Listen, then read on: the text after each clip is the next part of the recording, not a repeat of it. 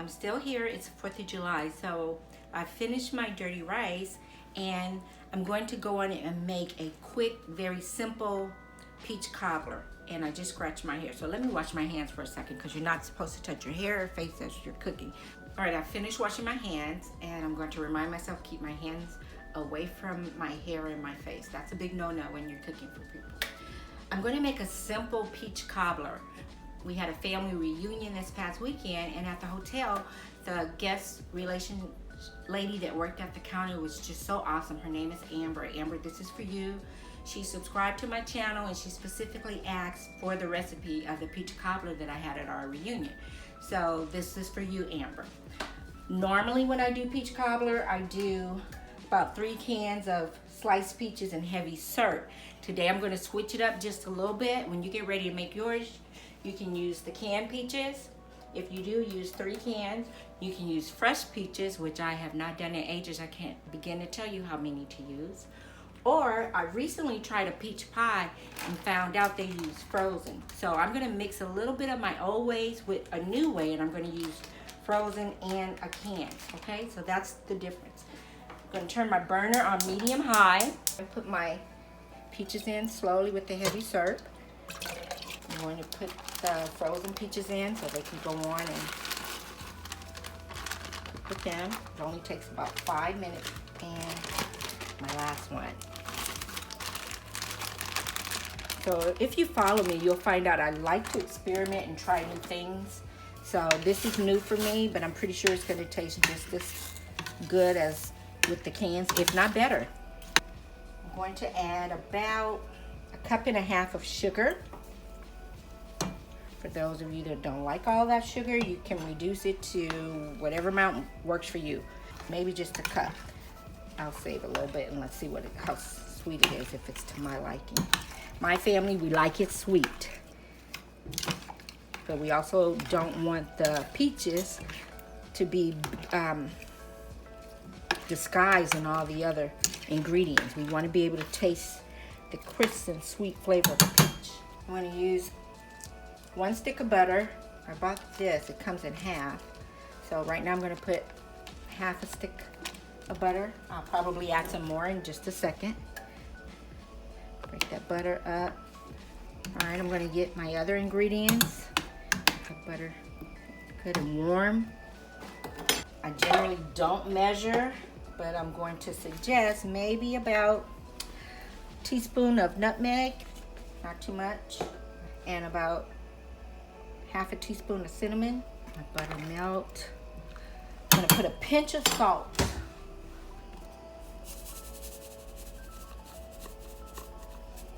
That's a pinch. Vanilla flavoring. I would say, let's go with 1/2 tablespoon. 1/2 tablespoon of vanilla flavoring. It's taking my butter a minute to melt. Maybe I should have melted it in the microwave. I don't want to nuke everything, so let's just take our time. Peach cobbler, after you finish with your peaches and your syrup, should only take about 30-35 minutes to bake. Just gonna put a little drop of honey in it. That's Dee Dee's way. I don't know of other people doing that, but I'm gonna put a pinch of honey in my peach cobbler. Most people don't, I do. All right, you also want to make sure you put a squeeze of lemon in there. I'm rolling mine, getting it good and soft. Just cut it. Scoop the seeds out. I don't want the seeds to get in my cobbler. So let me scoop out the seeds. I'm going to squeeze this lemon.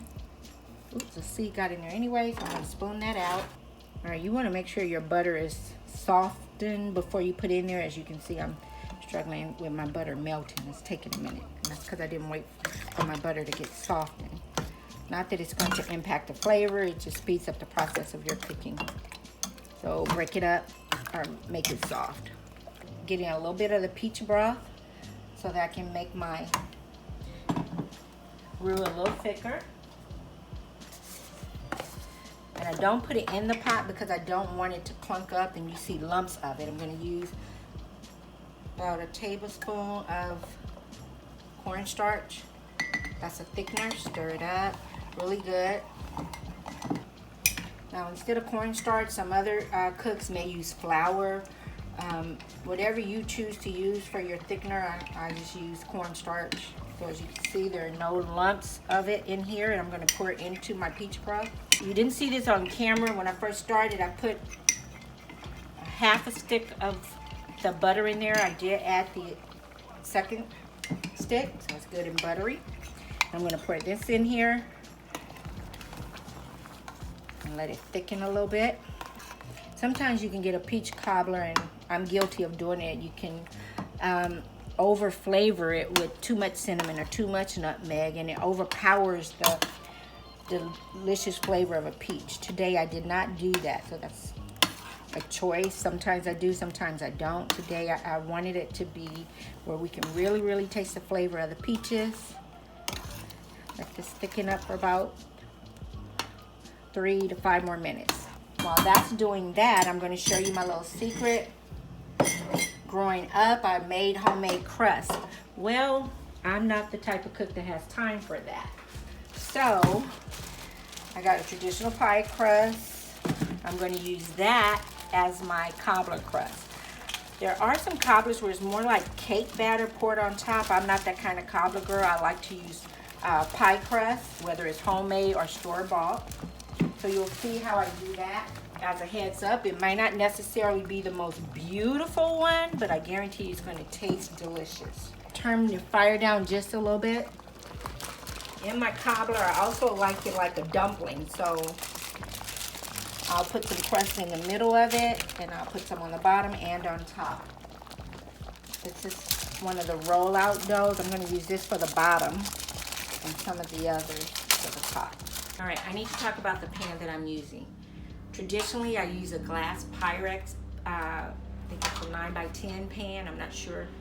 Because I'm going to a cookout, I don't want to take a chance to leave my dish there, so I'm going to try this pan. So what I'll do, I'll put my crust in here, let it cook a little bit so that I know it doesn't overcook. You want to spray it. All right, what I'm going to do, I'm going to roll out this pie crust on the bottom of it. These are the rollout pie crust. What I found with these, I don't like how it reacts as a top covering for a pie crust. You see I'm stretching it to the ends here. There, there. Put a little bit of my pie crust that I have over here in these corners. And then I'll use the pie crust as a topping. Press them down so all the bottom will have some crust. You can call this the lazy lady way, the quick way, whatever you want to call it. The bottom line is it's still going to taste delicious, I guarantee you.